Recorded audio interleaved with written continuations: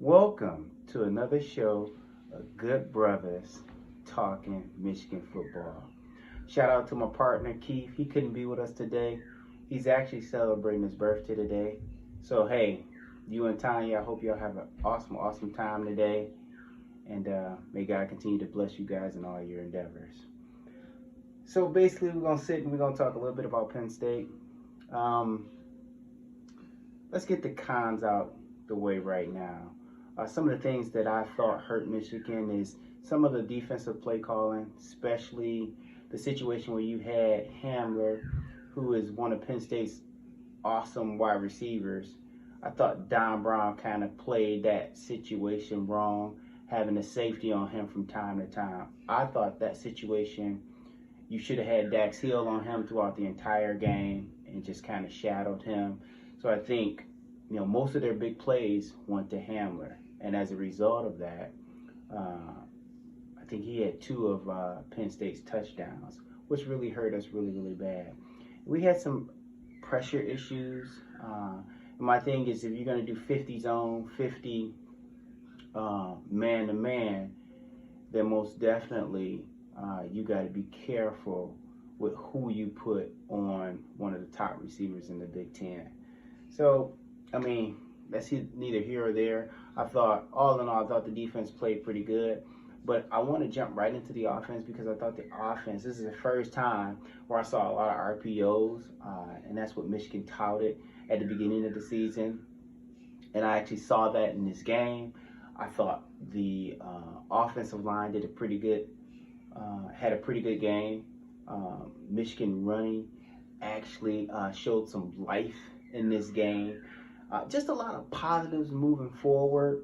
I don't think Michigan is up there with Ohio State now in regards to special teams, in regards to defense, in regards to offense. I think they still have a lot of work to do.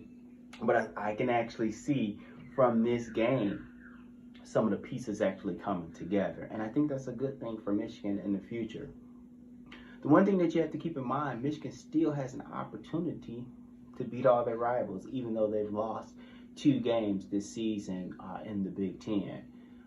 So I think this team can beat Notre Dame at home. I think this team can beat Michigan State at home. But they got to have that same intensity they had when they went to Happy Valley to play Penn State. And typically, Michigan plays a lot better at home than on the road. Stats show that.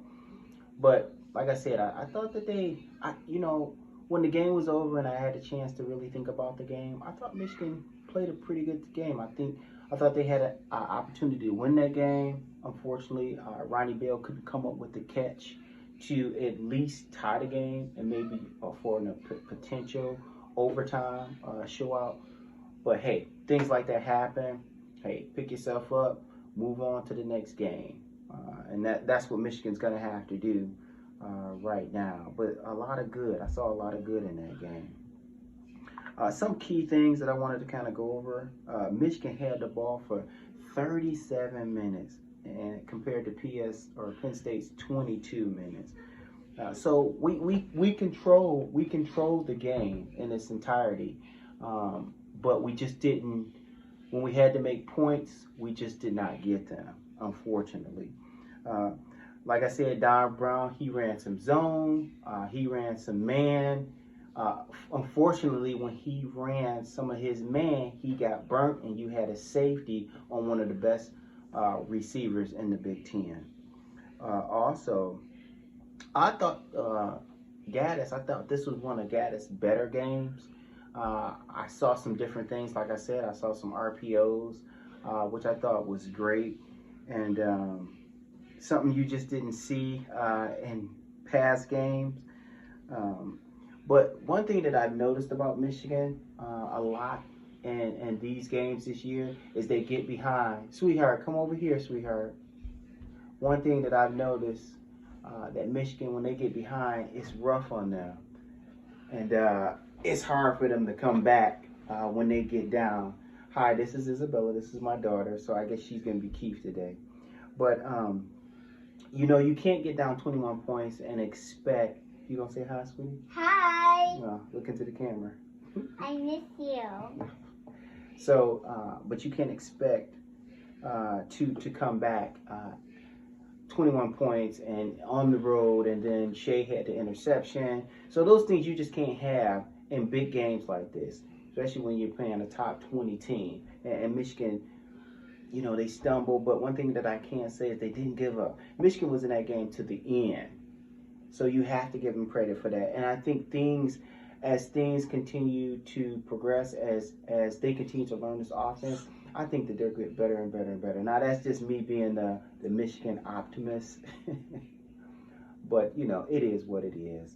Like I said, I don't expect them winning the Big Ten. I had them losing 1 or 2 games, and one of the games was going to be either Wisconsin or Penn State.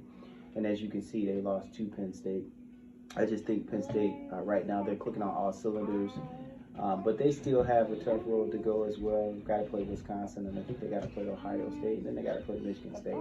So I'm never going to give up on this season. Michigan just has to continue to play good and you know, lift their heads up high, because I actually thought they played a way better game at Penn State than they did Wisconsin. So things are progressing. You got anything you want to say, sweetie? Today, do you ever No, watch? not about school, sweetie. Just say hi, and then we about to close off. It's my daughter. Hi. All right. Well, we appreciate you guys for stopping by, and it was going to be a quick show anyway. But on to Notre Dame. We'll have some updates on the Notre Dame game, or after the Notre Dame game, probably next Monday. Take care. Remember to subscribe.